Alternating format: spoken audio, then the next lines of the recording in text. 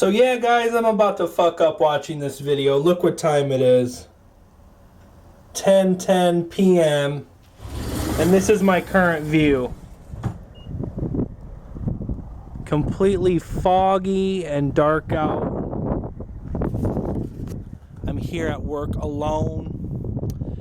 And I'm about to react to this scary ass shit. I hope you guys love me for doing this.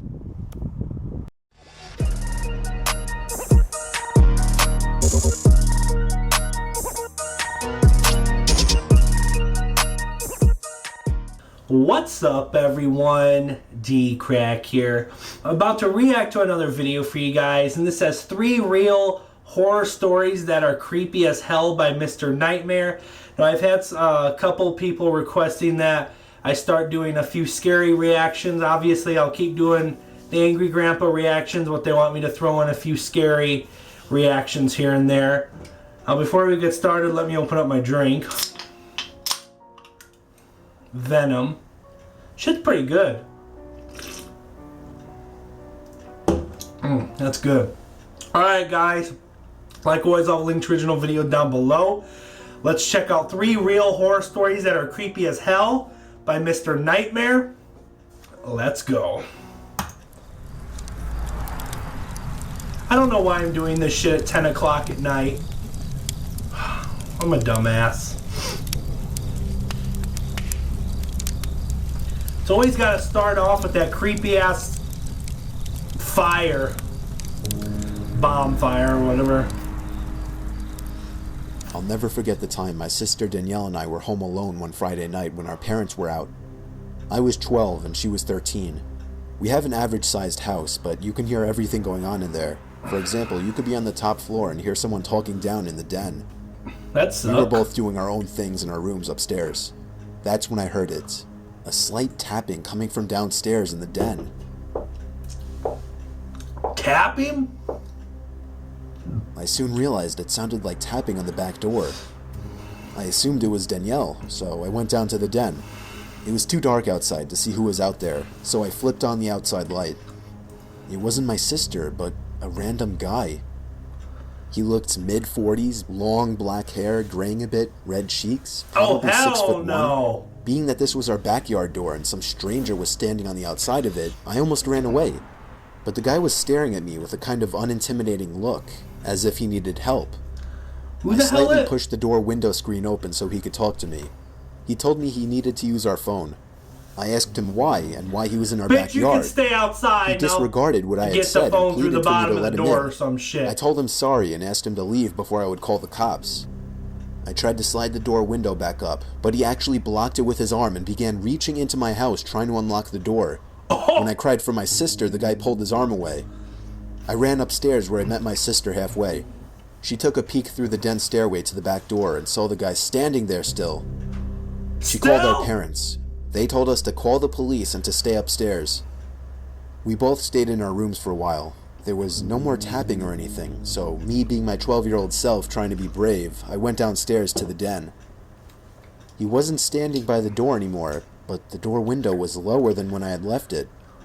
Then I realized I didn't shut it in the first place. I walked closer to the door and then looked to my left. Oh, hell no. The door to the office was now open. I could have sworn it was shut earlier. It was too dark to see anything inside, and there was no way I was going in there. I took out my phone, opened the camera, turned on the flash, and pressed the button. Oh no. Ah! As the phone took the picture, the flash from the camera provided enough light to see the guy who was standing at the door was now hunched over my office desk. And in the picture, his head was turned to be facing me. I don't run much, look at me. I didn't know if he was running at me or not, but I felt like he was, and I ran upstairs and locked the den door. A familiar light tapping began coming from the den door now, and I could hear the man on the other side begging me to open it. I cried for my sister again and bluffed to the man, saying the cops were here. After that, he stopped, and I could hear the back door open and shut. It may have been stupid to say that, as it ruined any chances of the man getting caught and arrested.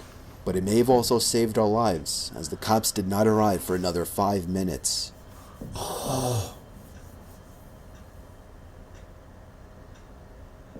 That was the actual picture?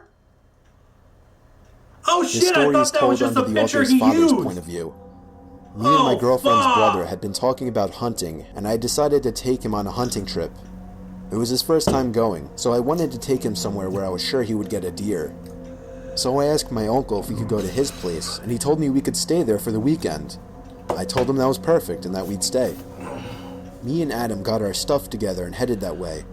It was a secluded property right smack dab in the middle of nowhere in Braxton County, West Virginia. We got to my uncle's. He had his truck started and told them to hop in. We get in, and I ask him where we're going. He told me to my hunting cabin about 10-15 miles out. When we finally made it to the cabin, it fell below our expectations. 2 rooms, very small. As soon as we unloaded our stuff, he was gone. He told us to have fun and waved goodbye from his truck. Oh shit, a cabin out in the woods Later, is never when we were good. getting settled for the night, we realized there were no Fucking curtains Jason. or lights, just lanterns. We didn't like being so exposed, so we hung clothes over the windows. Not long after, we climbed into bed. Then within a few minutes, there was a noise outside, like metal trash cans being banged against one another. Yo. Adam started to get paranoid until I said, "It's probably just a bear or something, go back to sleep." I told Adam, "Don't wake me up unless the cabin's on fire." I went back to sleep, at least until Adam started shaking me, saying, "Cliff, wake up, there's someone outside." "No, go back to sleep, there's no..." Fuck. I stopped, because on the outside wall, besides Adam's bed, a noise, almost like someone or something was raking its claws or nails all the way down the side of the cabin and stopped at the far window.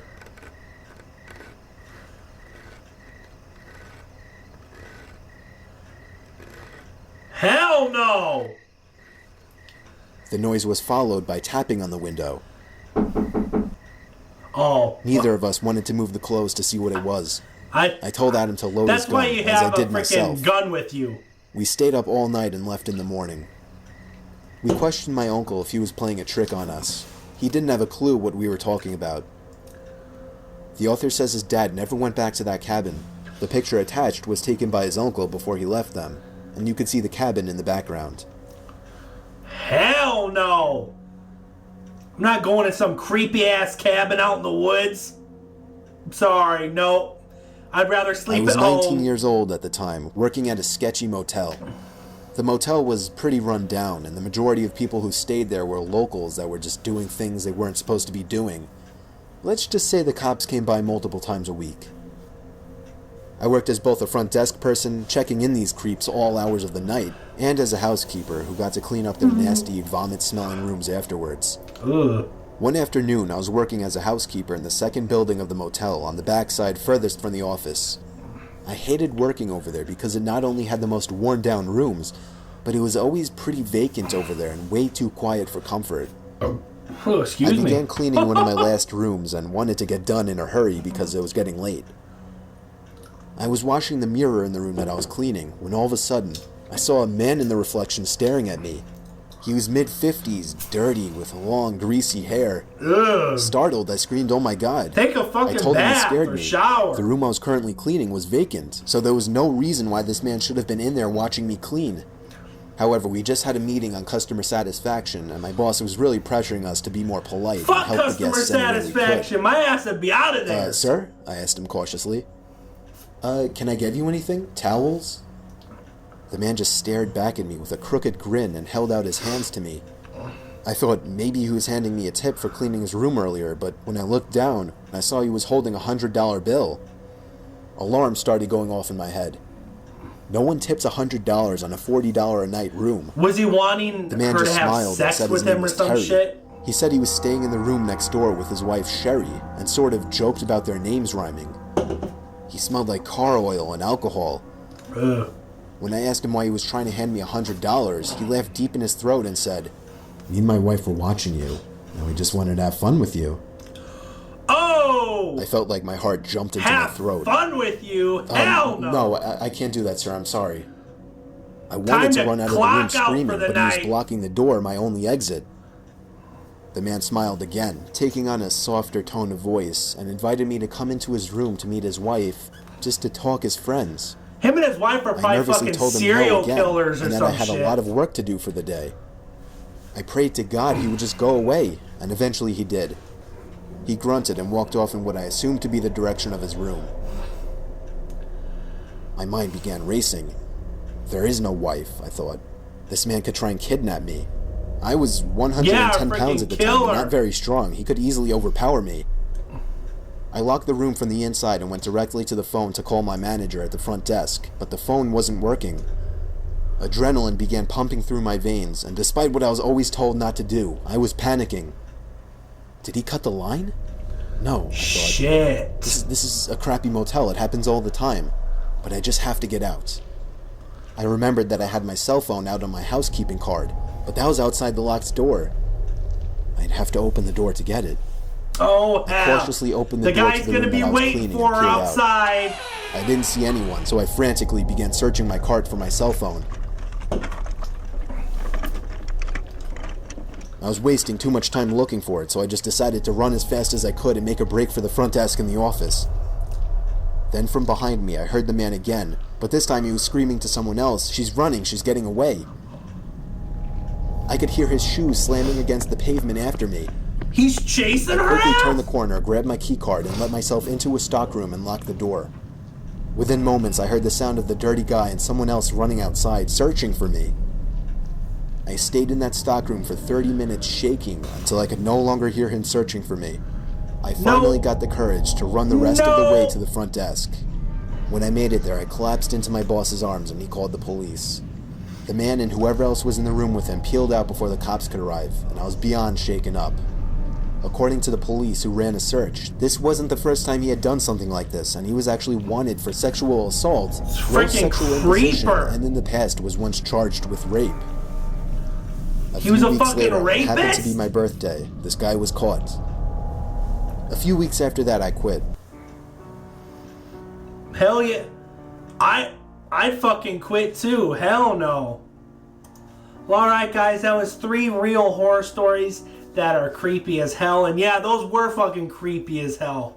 Hell no. That's all I gotta say about these videos. But alright guys, if you enjoyed this video, make sure and smack the like button and subscribe if you're new. If you have another video you want me to react to, comment down below. Maybe I'll check it out. But until next time guys, peace.